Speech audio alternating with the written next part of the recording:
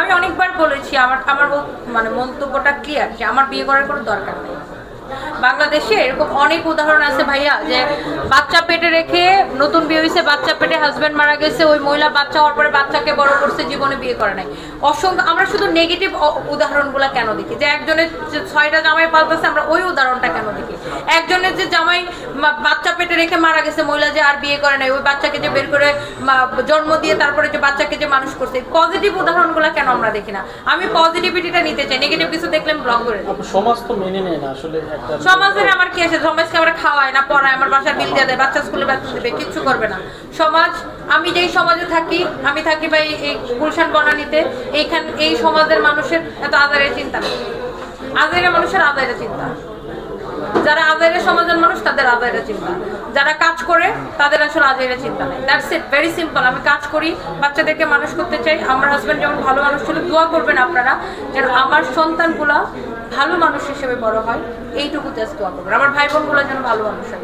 যারা আজারের সমাজের মানুষ তাদের আজারের চিন্তা। আমার লাইফগুলো দেখবেন, মানে আমার পেজে যারা আছে না, মানে আমাকে কিন্তু 99% মানুষই অনেক সাপোর্ট করে, অনেক ভালোবাসে। আমি জানি না, অনেক মানুষ এখানে যারা আপনাকে দেখছেন, আমার কাছে মনে হয় না যে আমাকে হেট করার মতো আমি কোনো কাজ করি।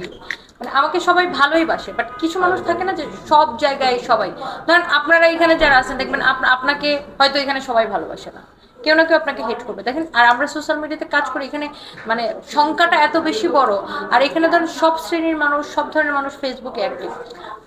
আমরা না নিজের গণ্ডির বাইরে ধরেন চিন্তা করতে পারি না। ধরেন আমি যেই জায়গায় থাকি ওই পরিবেশের বাইরে কিন্তু আমি চিন্তা করতে পারি, নিজের শিক্ষা দীক্ষা, পারিবারিক শিক্ষা থেকে এর বাইরে চিন্তা করি না। কিন্তু যারা কমেন্ট করে নেগেটিভ, ও কিন্তু ওর গণ্ডির বাইরে আমাকে কমেন্ট করতে পারতেছে না। ও জানে না যে কিভাবে একটা বিজনেস রান করতে হয়, কিভাবে স্ট্রাগল করতে হয়। ও মনে হচ্ছে তুমি কাজ থামায় বাসায় বসে থাকো, বাট আমাকে যে কোটি কোটি টাকা পেমেন্ট করতে হয়, আমার যে অনেক রেসপন্সিবিলিটি, এগুলো তো আসলে মানে ওরা বুঝে না বুঝে অনেকে কমেন্ট করে, আবার অনেকে আক্রমণ করে। আর আমার কাছে মনে হয় যে ধর্ম অবশ্যই আমরা এক একজন এক এক ধর্মের অনুসারী হয়তো, বা আমাদের দেশে বেশিরভাগই মুসলমান, আমরাও মুসলমান। আমি নিজে আমি থাকে না যে আসলে ধর্মের বিষয়টা নিয়ে না আমি ধরেন যে ক্যামেরার সামনে কথা বলা বা শো অফ করা, যেটা যে আমি উমরাতে গেছি, আমি নামাজ পড়তেছি, ছবি দাও, আমি দান করতেছি। আমার কাছে মানে আমি ডান হাতে যেটা দিব সেটা আমার বাম হাতে জানবে না। আমি নামাজ পড়ে ফেসবুকে ছবি দিব, সিম্পিতি নিব, আমি ওই ধরনের মানুষই না। আমার কাছে মনে হয় ধর্ম জিনিসটা মানুষের মনের। সো নির্বোধ লোকেরা হচ্ছে ধর্মটাকে হাতিয়ার হিসেবে ব্যবহার করে অন্যজনকে আক্রমণ করার জন্য। ওইদিকে দেখেন সে নিজেই হয়তো নামাজ পড়ে না, কিন্তু সে নির্বোধ লোকেরা অনেক সময় আমাকে আক্রমণ করে ধর্মীয় বিভিন্ন বিষয় নিয়ে। বিশেষ করে একটাই ইস্যু, যেটা হচ্ছে পোশাক আশাক নিয়ে অনেক সময় আক্রমণ করে। এখন দেখেন, পোশাক আশাক অবশ্যই মানুষের ব্যক্তিগত চয়েস। তারপরে আমি যে পোশাকগুলো পরি, এখন এটাও আমি আমার কোম্পানির পোশাক পরছি, আমি কিন্তু আলাদা করে টাকা দিয়ে কাউকে আমি কি বলে যে নিয়ে আসি না। ওই যেটা হইলো, যেমন কোনো মডেল নিয়ে আসি না, কোনো ইনফ্লুয়েন্সার নিয়ে আসি না, কোনো ব্র্যান্ড প্রমোটার নিয়ে আসি না, কারণ এক্ষেত্রে আমার বিজনেসের কস্টিং অনেক বাইরে যায়। আমি অন্য কাউকে টাকা দিয়ে প্রোডাক্ট করাই না, আমার নিজের পোশাক আমি নিজে পরে প্রমোট করি। সো মানে সবকিছু আমার কি পার্ট অফ বিজনেস।